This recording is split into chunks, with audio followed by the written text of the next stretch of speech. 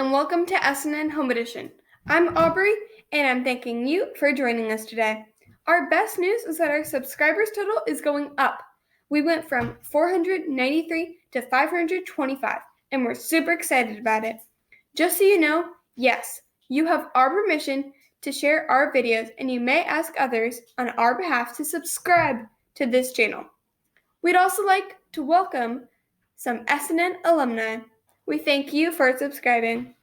First up, yearbooks. You bought one and you can take that off your to-do list, right? Wait, what? You didn't? Well, I'm here to tell you to follow that link down below and get them ordered. There is a limited supply and you don't want to be the one to miss out because you forgot.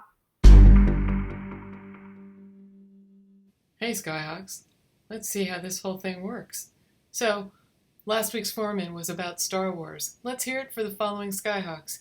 Aiden H. was first, Mason F., Colton L., Arnav, and Lauren C.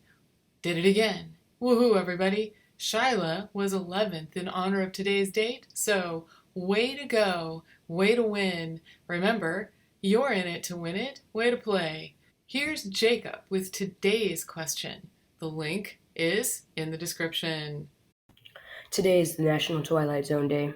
It was one of the most popular shows back in the day before Netflix, Hulu, and YouTube. Although the Twilight Zone had many fanatics, Rod Serling, the man who first appears and said the famous line, "It is the middle ground between light and shadow, between science and superstition. This is a dimension of imagination. It is an area which we call the Twilight Zone." Wrote over half of the 156 episodes. Our question is about the show. In what year did the first Twilight Zone episode air on TV? Your choices are 1949, 1959, 1967, or 1975. The link is ready to accept your answers.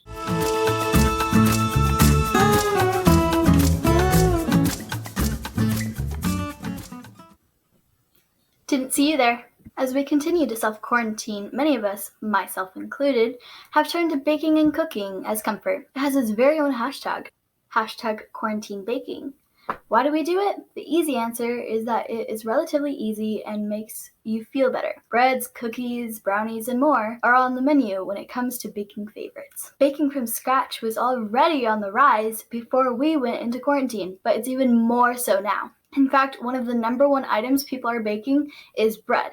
I love bread. Why are baking recipes so secretive? They're on a need-the-dough basis. Seriously though, baking is a great way to accomplish a task and have something everyone will appreciate. Baking is a piece of cake. Ooh, that sounds good for dessert.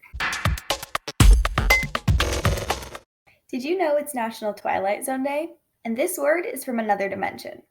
It means to turn or place at an angle. In math, this word is a measure of asymmetry or probability. It's a deviation from a straight line, like many aspects of things we don't understand, because they're out of balance. Skew is our word of the week. When you build a house of cards, you must slightly angle or skew each card, so your structure will stand up. Do you ever accuse your siblings of skewing the rules in their favor? It's so vexing. Hey Skyhawks, Ms. Pappas here. I have some news about our track season that is going virtual this year at Odyssey, at Skyridge, and at Liberty. What does that even mean? But you know what? I'm not really the expert on track, so I'm going to turn it over to Mr. Condon. Thank you for this opportunity to talk about one of my passions, track and field. Unfortunately, we didn't have a track season this year and an official track season, but we came up with something we can do to get kids involved in track and kind of stay with that. So we've created a web page. It's called Camas Middle School Track and Field web page, and I think Mrs. Pappas will show you the link. It's been sent out to all the families here in Camas, and anybody, and I mean anybody, can be involved in this. So it's not like you can do it even if you didn't sign up for track. If you never thought about doing track, you can still do this if you would like to. So it's interactive. Even if you have no experience whatsoever? Absolutely. If you have no experience whatsoever in track and field, our hope is twofold. One, we get kids doing some things that are used to doing track, and maybe the opposite. Maybe somebody goes out and runs a little bit or follows one of the activities and decide, hey, track's kind of fun, and we'll be out next year possibly. Yeah. So when you go to the webpage, you look at it, and it's set up between all three of the schools, and the coach from Liberty and myself have set it up, and all of our coaches will add workouts or activities or a lesson or a YouTube video about their event. So it might be discus or shot put or some sprint workouts. And it's ongoing, so we add to it as the spring goes on. So it's always something different. But hey, it's an opportunity to do stuff and keep relevant with track and field. That's fantastic. Well, it's not like, this year we have a lot of hurdles to overcome. Nice. Track and a lot of other things. So you may as well just give it a shot, right? Wow, that was really good. I applaud you with those. This week, the big news is about yearbooks and, of course, next school year. Everyone is getting ready, but we don't completely know what next school year will look like. We can only hope that it's normal and we can go to school. As in, leave the house and go to the place we know is school. Right now, it does feel like we're in an episode of The Twilight Zone. Here's Miss Carter from the main office with some news. I'm here with Mrs. Carter. So nice to see you. I hope you're doing well.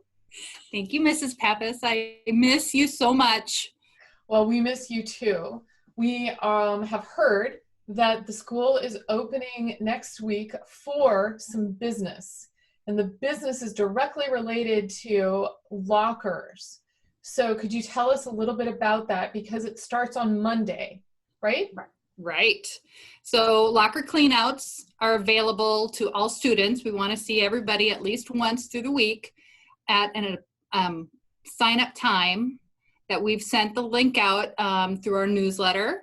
It's on our remote learning website under the parents communication link, as well as in email to every student got their locker combination and the link from me.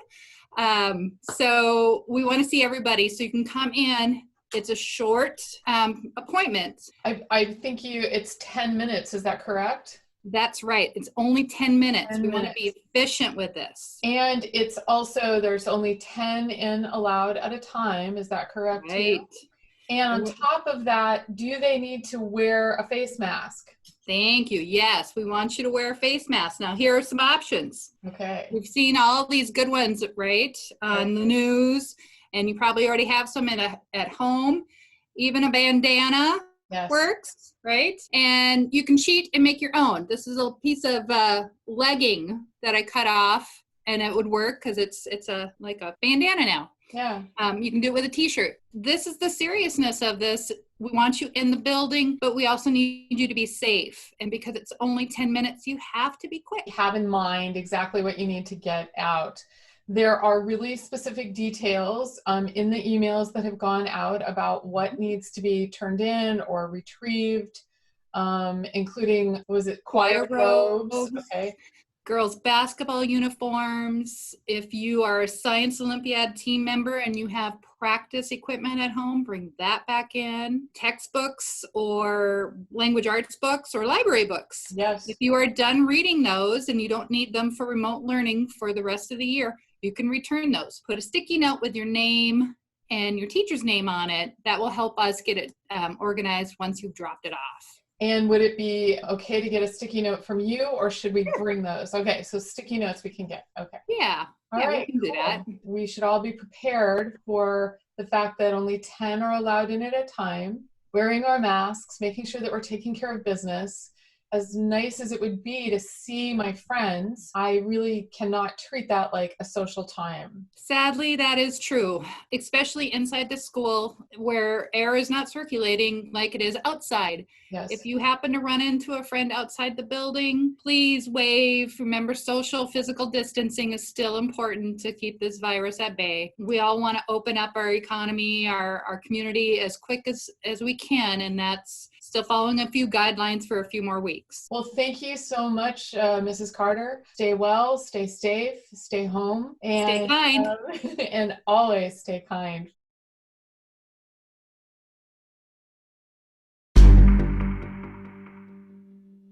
No one really knows why May 11th is Twilight Zone Day. It did not premiere on this day, and maybe that's why it was chosen.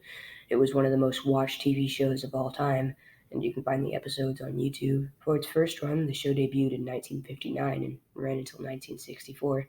The show was so popular that it made repeated comebacks, once in 1985 and again in 2002. Want to answer more questions about the Twilight Zone? We've included a link in the description for a quiz you can play. We'll let you know how you did next week. It's hard to concentrate on anything for very long, so if you made it through this whole show, you're doing great. Click the little bell for reminders, and thank you for being here.